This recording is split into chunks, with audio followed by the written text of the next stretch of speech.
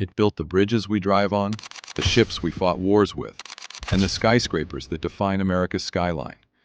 At its peak, Bethlehem Steel was an unstoppable force, employing hundreds of thousands and powering the U.S. through 2 world wars. So how did this steel empire collapse into bankruptcy and decay? Let's uncover the shocking story behind one of America's greatest industrial giants and its ultimate downfall. Bethlehem Steel's story begins long before steel. In the early 1800s, the Lehigh Coal and Navigation Company moved coal across Pennsylvania. That success inspired railroads, particularly the Lehigh Valley Railroad, led by Asa Packer and his protege, Robert Sayre. Sayre saw the need for strong, reliable iron to build the tracks. So in the 1850s, he took over a failing ironworks and renamed it the Bethlehem Iron Company. In 1860, Sayre hired John Fritz, a visionary engineer often called the most innovative American iron master. Under Fritz, Bethlehem began producing iron rails and later military equipment, including cannons and armor plating that helped win the Spanish-American War. By the late 1800s, Bethlehem iron was booming and about to evolve into something even bigger. In 1899, investors officially formed the Bethlehem Steel Company. Just a few years later, steel magnate Charles M. Schwab took control. He was a showman, a master strategist, and he turned Bethlehem Steel into a global powerhouse. Schwab expanded rapidly, acquiring coal fields, iron mines, even in Cuba, shipyards, and other steel companies. He hired Eugene Grace, a brilliant manager who helped Bethlehem grow from 1% of U.S. steel output in 1905 to the second largest steel company in the world within 35 years. Bethlehem built the steel for Alcatraz, the Hoover Dam, the George Washington Bridge, and later Madison Square Garden. In World War I, Bethlehem became the largest supplier of armaments in the U.S., filling orders for the British, French, and Russian militaries. And in World War II, it became essential. The Bethlehem Shipbuilding Corporation built over 1,100 ships, making up 20% of the entire U.S. Navy. President Roosevelt asked for a ship a day. Bethlehem delivered. At its peak, the company employed over 300,000 workers. But those jobs came at a cost. Bethlehem was known for decent pay, but brutal conditions. Coke works, where coal is processed into fuel for steel production, were hellish. Heat so intense workers got steam burns as sweat boiled off their skin.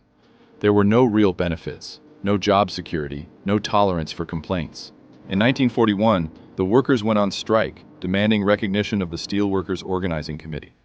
They worked 12-hour shifts in blistering heat, with no lunch breaks, no health coverage, and no say in how they were treated. Fires, burns, toxic fumes, and crushing accidents were common, and often fatal. Management was harsh, and job security was fragile. The strike succeeded. For the first time, the company recognized the Steelworkers Union. Their first small but symbolic victory? A 10-minute lunch break. Wages improved slowly over time, but the work remained grueling and hazardous. By the 1950s, Bethlehem was still strong, thanks to suburban expansion and booming demand. But trouble was brewing. In 1959, a 117-day nationwide steel strike forced federal intervention. Workers won pensions and health care, but the damage was done. Domestic steel became more expensive, foreign imports became more appealing, and Bethlehem's leadership didn't evolve. Instead of investing in innovation, they prioritized short-term profits. They ignored the rise of mini-mills, smaller, cheaper, and more efficient. And in 1962, even their new plant in Indiana couldn't compete with modern steelmakers overseas. Bethlehem lost the bid to provide steel for the World Trade Center in 1967. They failed to adapt, leaning on reputation instead of innovation.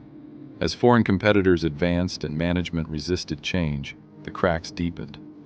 By the 1970s, labor tensions reignited. Both sides pointed fingers, but neither could stop what was coming. On November 18, 1995, the iconic Bethlehem plant shut down. 6 years later, in 2001, the company filed for bankruptcy. Thousands lost their jobs, pensions, and generational stability. A titan of American industry had collapsed, and no one was there to catch it. Today, the remains of the Bethlehem Steel plant still stand. The towering blast furnaces now loom over a different kind of energy. The site has been reborn as SteelStacks, an arts and cultural campus that honors the workers and the industry that once powered a nation. Concerts, festivals, and films now play beneath rusted catwalks and steel columns. It's both a monument to progress and a museum of collapse.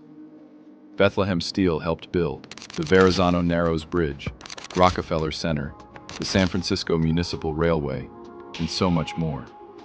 Its steel shaped America's skyline, powered its ships, and armed its military. Bethlehem Steel wasn't just a corporation, it was a community. And when it collapsed, it left behind more than rusted beams. It left behind lessons about progress, pride, and the cost of standing still. But more than anything, the story of Bethlehem Steel is a warning. No company, no matter how massive, is too big to fall. Bethlehem helped build America, and in the end, it collapsed under the weight of its own success, greed, and refusal to evolve.